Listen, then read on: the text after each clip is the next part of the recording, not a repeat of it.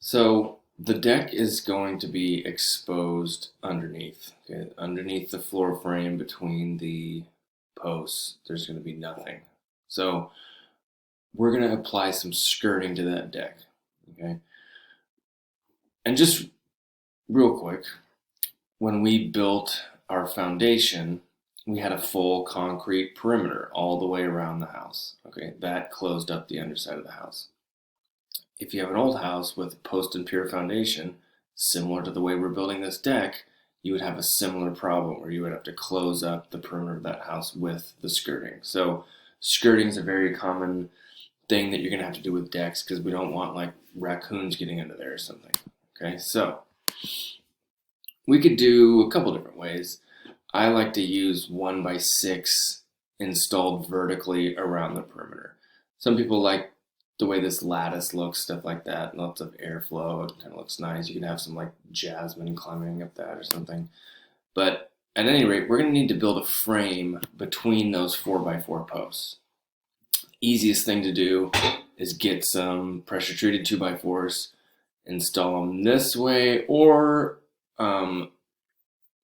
upright, which I would probably do from the standpoint of it's going to be stronger and it's going to give me more nailing surface. Okay. If we're building our house up against a foundation, we want to make sure that we're not covering up any foundation vents. If that's the case, we're going to need to transfer that venting out to the deck. Okay, so we're going to have a little vent in the skirting of the deck to maintain ventilation. If your deck is 30 inches above the ground, you're going to have a guardrail. Okay, that's basic code. Right? That guardrail, and then just real quick, I'm always trying to build our decks so that they're less than 30 inches above the ground so that we can avoid this handrail. Okay, they can be nice, but it's also something that adds a tremendous amount of cost to the deck. Okay? So your guardrail has to be, even though this picture says 36 inches, in the state of California, it has to be 42 inches from the top of the deck to the top of the railing. Okay, it's a really common mistake. I've made that mistake myself. 36 inches is the code for most of the United States, but here it's 42. Okay, these posts need to be installed. You have to have some sort of post usually because it has to be able to resist a certain amount of pressure. But generally, these posts are going to be about every 6 feet apart. Okay? And then one code that comes up is you can't have more than a 4-inch space between these pickets. Okay? You can't pass a 4-inch sphere anywhere through the deck railing materials. Okay, and that's something I think so that kids don't get their heads stuck in the railing or something like that. Okay. When we're building this railing, there's a couple different ways to do it. This is a pretty basic example. This deck has been capped with a piece of fascia, and it's also serving as a termination point for these pickets. Okay, these pickets are just nailed into the bottom of this fascia. There's a nailer up at the top between the posts, and then there's a cap on that, and the pickets are nailed into that nailer there. This is a really common one. You put your posts in, you put a bottom rail and a top rail, and then this cap. This would probably be more like the top rail, I guess. But anyway, the pickets would nail into this bottom rail and top rail. Mostly what's available now is cedar 2x2 pickets. If you wanted to do anything different than that, you would have to get kind of custom. I see a lot of wire railings and stuff going in, and those are kind of nice because they don't obstruct the view, but you would still have to maintain all of those codes that we talked about, like not having a 4-inch space anywhere in this assembly. So something that's really important and separates the craftsman from kind of the hacks is when you put these pickets in, you want them to be evenly spaced, okay? Anybody can just start at one end and start nailing pickets on and then just, oh, got to the end, let's go to the next bay. But taking it to the next level, and I would say the most basic level if you want to call yourself a carpenter, is to figure out how to make these pickets evenly spaced between these rails. We're going to go over this picket spacing formula, so get ready, follow along. It's kind of complex at first, but then this is kind of one of the nice things about this video is that you can go over this a few times. So kind of bear with me here, we're going to get into this. The first thing we're going to do is measure the space between the posts, the distance between the posts. And so let's say we were trying to land our posts at 6 feet on center, okay, which would be the maximum. We would have something like a 65-inch space from the inside of the post to the inside of the post. We're going to try and determine, first of all, the unit width, okay? So we have 2x2 pickets. Those are 1.5 inches by 1.5 inches. We're going to add the picket width to whatever we want our desired spacing to be, okay? And let's just say we want it to be 3.5 inches, okay? We want to have a 3.5-inch space between each picket. We can go up to 4, okay? But we're gonna go 3.5 for whatever reason. When we add our 3.5-inch desired space to our 1.5 inch picket width, we get 5, and that's what we call the unit width, okay? We have a 5-inch unit width, and that's the spacing. That's a unit of the space plus a picket, okay? When we divide the space between the posts by the unit width, we get the number of pickets, okay? So we have 65 inches between posts, and we divide by 5, which is our unit width, and we're gonna get 13. Okay, we have 13 pickets based on 1.5 inch width and a 5-inch spacing. Okay, now this is where it gets kind of tricky.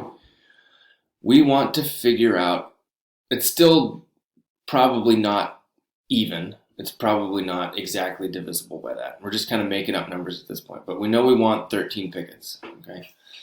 So now we're gonna figure out how much space is occupied by those 13 pickets. If we just stacked up 13 pickets right next to each other up against one of the posts, how much space would that occupy? Okay, that's pretty easy to figure out. We know that the pickets are 1.5 inches. We know that there's 13 of them. We multiply 13 by 1.5 inches. We're going to get 19.5 inches. Okay, and just to try and think about that in your head. We've got a space between two posts. We've stacked all those pickets up. They occupy 19.5 inches, okay? What's left, okay? Whatever's left is the amount we have to make our actual spacing out of, okay? So if we took 65 inches, which again is the space between our posts, subtracted 19.5 inches, which is the space occupied by the pickets themselves, we would end up with 45.5 inches, okay? So one more little trick, okay? Do this a few times and it'll be easy, okay? But we've got our space remaining, okay? And we're gonna divide that space by the number of pickets plus 1, okay? Because one of those posts is going to count for that spacing, okay? So our space remaining is 45.5 inches. And if we divide by the number of pickets plus 1, that is 14. We figured out we wanted 13 pickets, so 13 plus 1 is 14. If we take 45.5 and divide that by 14, that's going to give us 3.25 inches, okay? And that's what our actual picket spacing is going to be. What I would do, if I determined this number, I would get a little block of wood and I would cut 2 blocks to 3¼ inches. And I would just use that as a spacer as I'm installing my pickets. Okay? Or rip a piece of plywood down to 3/4, something like that. But something that you can shove against the post, put a picket against that, nail the picket in, pull your spacer out, use that again, slap a picket up against it, and you've created that perfect spacing dimension. And when you look at each section of railing, you're going to see that there's the same space between the pickets and at each end. Okay? Hopefully that makes sense. Let me know if it doesn't. But what usually happens with people that don't know what they're doing is there's a couple ways they do it. They either just say, well, we're going with 3½ inches of space, and they start at one end, and however it ends at the other side, whatever. Okay, that's what happens.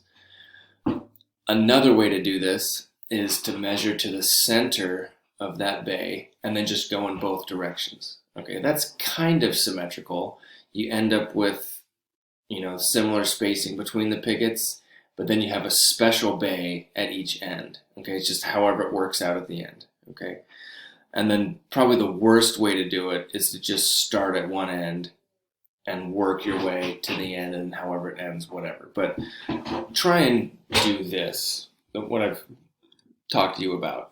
It might seem a little overwhelming at first, but think about it, watch this video again, go out and practice it, and it'll be very, very rewarding when you make it work. The deck is probably going to need a set of stairs, depending on how high it is off the ground. We should have all watched the stairs video, but just an overview again of stair anatomy. We've got treads. This is the brown part. This is the thing you step on. We've got risers. That's the blue part. That's how much vertical rise we gain with a set of stairs. And then this red part here, this is the nosing, and this is whatever the overhang is on the tread. Okay? If we have more than 2 risers on a set of stairs, we're going to need a handrail. So what do we generally try and do when we're building a deck and it's going to need a set of stairs? If we can figure out a way to keep it under that so that we don't need a handrail, we're going to try and do that, because the handrail complicates things. It's the very first thing the inspector is going to check when they come out, and they're going to make sure that that handrail is between 34 and 38 from the face of the nosing everywhere. Okay. Our stairs can't be any less than 36 inches wide. Let's talk about some of the materials we're going to need. All of the structural components of this deck need to be decay resistant. Okay, so they need to be built out of some sort of decay resistant wood.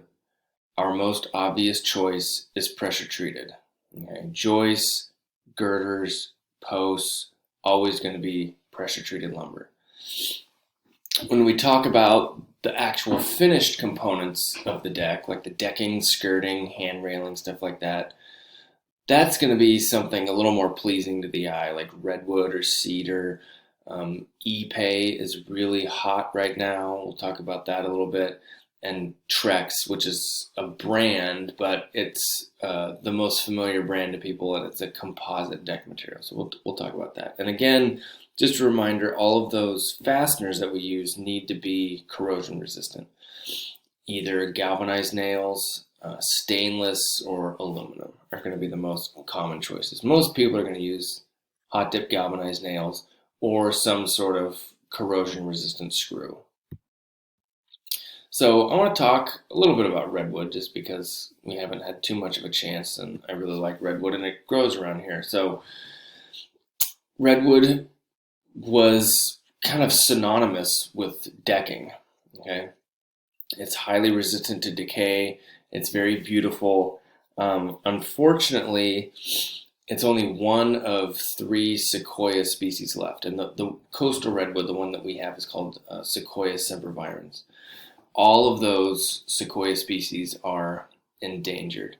The other one, Sequoia giganteum, I think is the other one, and that's the giant sequoias in the Central Valley, like in Yosemite and Sequoia National Park, Kings Range. But this coastal redwood, this is a different one. This one only grows on the coast, Northern California, Southern Oregon coast. Okay, I think we can get redwoods down into San Francisco and not much further than that. Santa Cruz is about as far south as they get. This wood is very soft. You have to be very careful with it. But it is, I would say, not really a realistic decking option at this point.